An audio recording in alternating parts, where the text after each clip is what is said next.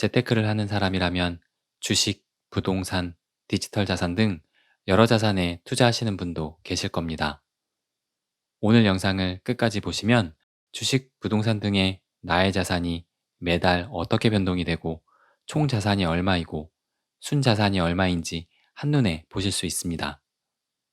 그리고 자산일기를 쓰게 되면 왜 부가 증가될 수밖에 없는지 그 장점을 영상 끝부분에 말씀드리겠습니다.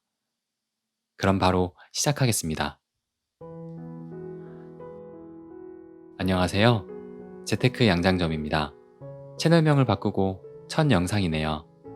앞으로 부에 대한 좋은 영상 올리도록 하겠습니다. 오늘은 제가 자산을 관리하는 방법을 말씀드리려고 합니다. 재테크를 하시는 분이라면 주식에도 투자를 하고 부동산에도 투자하는 분이 계실 겁니다. 디지털 자산인 암호화폐에 투자하시는 분도 계실 거고요. 이렇게 다양한 자산에 투자하는 분이라면 나의 총자산이 현 시점에서 얼마인지 정확히 모를 수도 있습니다. 특히 요즘처럼 아파트의 가격이 한두 달마다 변동되고 주식 등락이 크다면 더욱 그럴 수 있죠. 그래서 저는 자산일기를 써오고 있습니다. 자산일기라고 해서 매일 쓰는 것이 아닙니다. 한 달에 한 번, 한 달에 하루만 작성하면 됩니다. 저도 매달 말일경 자산일기를 쓰고 있습니다. 보시는 것처럼 이렇게 월별마다 작성하면 됩니다. 자산일기를 쓰게 되면 나의 현재의 자산이 얼마이고 전달 대비 상승 하락폭이 어느 정도인지 파악하기 쉽습니다. 자산일기는 자산의 가격을 표기하는 것이기에 엑셀을 활용해서 작성하면 더욱 편리합니다. 덧셈, 뺄셈, 곱셈을 자동으로 계산해 주니까요. 일단 제가 작성하는 자산일기에 대해 설명드릴게요. 제일 처음 항목은 내가 보유한 부동산 소재지를 간략히 써주세요. 마포 땡땡 아파트, 용인 땡땡 빌라 이런 식으로 써주면 됩니다.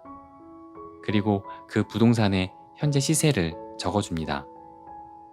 매입 당시의 금액도 적어줍니다.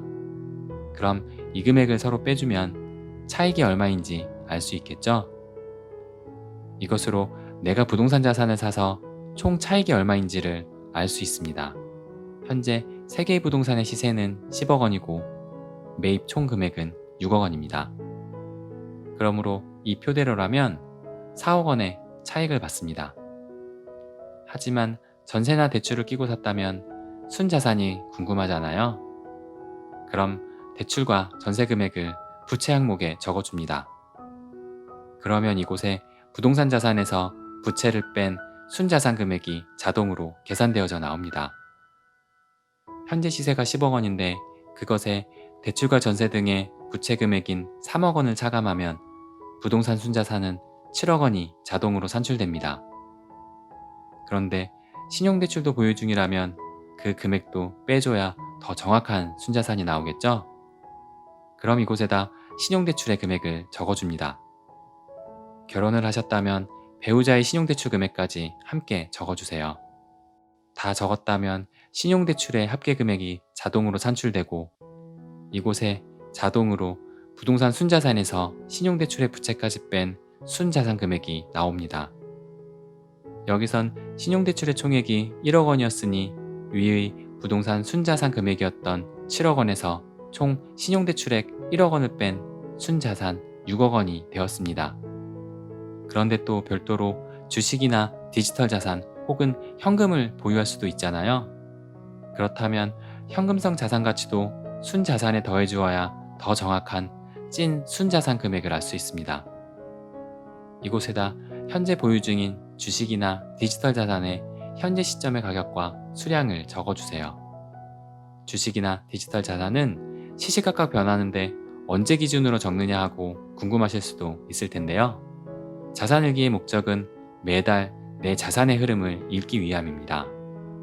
매일매일 변동 금액을 파악하는 목적이 아니기 때문에 이것을 작성한 날 기준에 금액을 적어주시면 됩니다. 매달의 데이터가 쌓이면 주식이나 디지털 자산의 전반적인 가격 흐름이 보입니다. 자산일기를 쓸 때는 매일매일의 가격까지 파악할 필요는 없습니다. 이렇게 가격과 수량을 적으면 자동으로 자산 가치가 산출됩니다. 또한 예금이나 적금 등의 현금 보유가 있을 수도 있잖아요. 이곳에다 예적금 금액을 적어줍니다. 그럼 현금성 자산의 총 금액도 자동 산출됩니다. 그럼 이곳에 부동산 순자산의 신용대출의 부채는 차감하고 현금성 자산을 더한 진짜 순자산 금액이 나오게 됩니다. 이 예제를 따르면 주식 500만원과 비트코인 2천만원, 현금 2,500만원을 더하면 총 현금성 자산은 5천만원이 되고, 이것을 순자산에 더하게 되면 총 6억 5천만원의 찐 순자산이 나오게 되는 것이죠. 그럼 다음 달이 되면 어떻게 작성해야 할까요? 간단합니다. 전달의 표 전체를 복사하고 그 아래에 붙여넣기를 해줍니다. 그리고 월을 바꾸고 부동산의 경우 네이버나 호갱노너 어플을 활용해서 실거래가를 확인한 후 현재 시세를 업데이트 해주세요.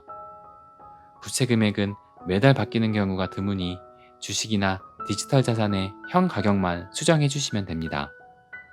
그럼 이곳이 보이죠? 전월 대비 증감. 현재 찐 순자산 금액에서 전달 찐 순자산 금액을 뺀 금액이 이곳에 나타납니다. 그럼 전달에 비해 얼마의 자산이 늘거나 감소했는가를 바로 알 수 있는 것이죠. 그리고 맨 하단에 표를 하나 더 작성했는데요. 5년 뒤에 내가 생각하는 부동산 가격을 적어보는 거예요. 이건 어디까지나 본인의 추정으로 작성하는 겁니다. 이걸 적음으로써 5년 뒤 내 자산 변동이 얼마까지 갈 수 있겠다 하고 추정하는 것입니다. 그래서 자산이 좀 부족하다 생각되면 자산 증식을 위해서 또 다른 고민을 할 수 있겠죠. 이렇게 제가 매달 작성하고 있는 자산일기를 보셨는데요. 어떤가요? 일단 매달 자산일기를 써보니 장점이 분명 있습니다. 첫 번째로 내 자산이 현재 얼마이고 어떤 흐름으로 가고 있는지 파악하기 쉽다는 것이고요. 두 번째로는 자산에 대한 목표가 생긴다는 것입니다. 목표가 있었느냐 없었느냐는 결과에서 명암이 갈릴 수밖에 없습니다. 목표가 있고 그 목표를 향해 달려간다면 설령 달성하지 못했다 하더라도 그 근처까지는 갈 확률이 높습니다. 그러나 목표가 없었다면 무언가 더 할 이유도 필요성도 느끼지 못합니다. 자산일기를 쓴다면 자산에 대한 목표 설정이 자연스럽게 될 수밖에 없습니다. 저도 자산일기를 통해 부에 대한 목표와 꿈을 꾸게 되었고 현재 30억 정도의 자산을 키울 수 있었습니다. 자산에 대한 목표의식이 뚜렷해지면 자산은 증가할 수밖에 없습니다. 매일 쓰는 것이 아니라 매달 한 번 쓰는 것입니다. 즉 1년에 12번만 쓰는 것이고 그 12번도 하루에 10분만 투자하면 됩니다. 한 달에 한 번 그 10분이 여러분의 자산의 방향을 결정할 수 있습니다. 여러분도 자산일기 한번 써보세요. 이 예제 엑셀 파일을 아래 링크를 통해 공유하겠습니다. 다운로드 받으셔서 금액만 수정하면 바로 사용할 수 있습니다. 반응이 괜찮다면 제가 쓰는 월계부에 대해서도 말씀드리겠습니다. 자산일기를 통해 여러분의 자산을 조금 더 증식할 수 있는 계기가 되었으면 좋겠습니다. 유익했다면 좋아요와 구독 부탁드립니다. 궁금하신 점이 있다면 언제든지 댓글 달아주세요. 자산이나 부에 대한 고민 상담도 환영합니다. 그럼 시청해주셔서 감사합니다.